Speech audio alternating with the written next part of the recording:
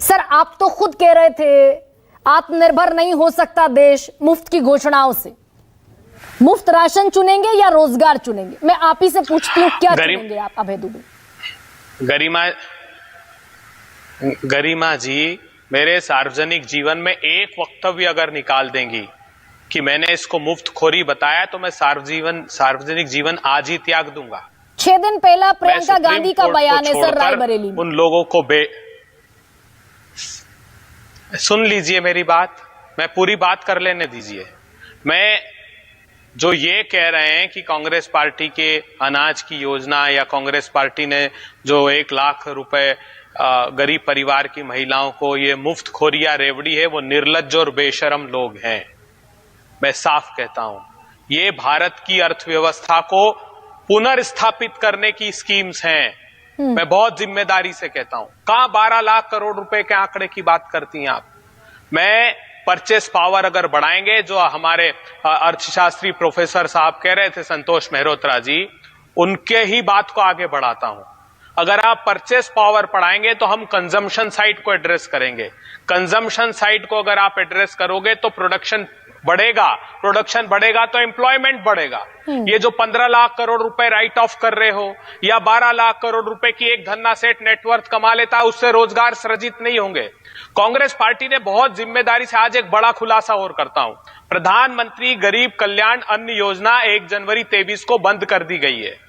ये जो कोरोना के काल में निकाली थी, प्रधानमंत्री जी ने उसको बंद करके ये नोटिफिकेशन जारी कर दिया कि जो फूड सिक्योरिटी एक्ट 2013 है उसको गरीब कल्याण अन्न योजना के नाम से जाना जाएगा।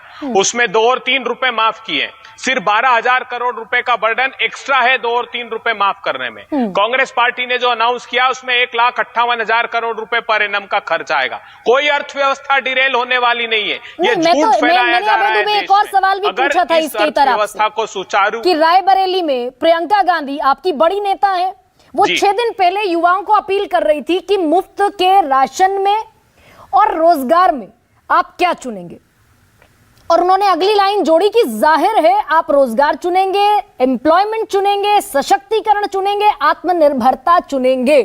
तो 6 दिन पहले तक ये आत्मनिर्भरता को बड़ा धक्का था 5 किलो राशन। वो क्यों कहा उन्होंने?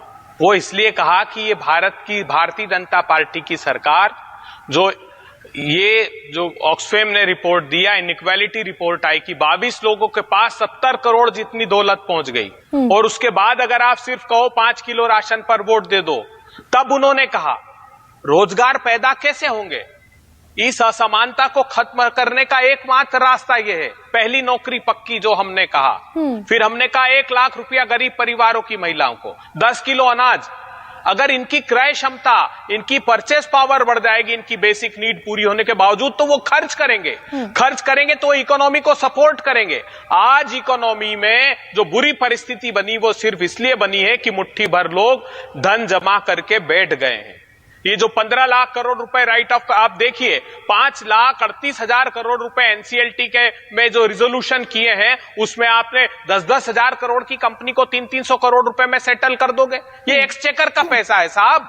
अगर एक्सचेकर का पैसा जनता के इन स्कीम्स के लिए खर्च करोगे तो इकोनॉमी रिवाइव हो जाएगी आपकी। तो जो मेहरोत्रा साहब कह रहे हैं उसी दिशा में बढ़ाया हुआ कदम है। तो इकोनॉमी अभय दुबे, फिर आपको कम से कम अभय दुबे ये तो तारीफ करनी चाहिए आपको। जब इकोनॉमी पे बात आती है, हम अर्थव्यवस्था का बड़ा संकट का बड़ा सवाल पूछती हूं, मैं तो अक्सर पूछती हूं, प्रोफेसर संतोष मेहरोत्रा अक्सर पैनल का हिस्सा होते हैं, आप भी होते हैं। तो इकोनॉमी की जब बात करते हैं तो आपको अप्रिशिएट करना चाहिए अपने सक्सेसर को कि 11वें नंबर से कम 5वें नंबर पर लाकर खड़ी कर दी देश की अर्थव्यवस्था।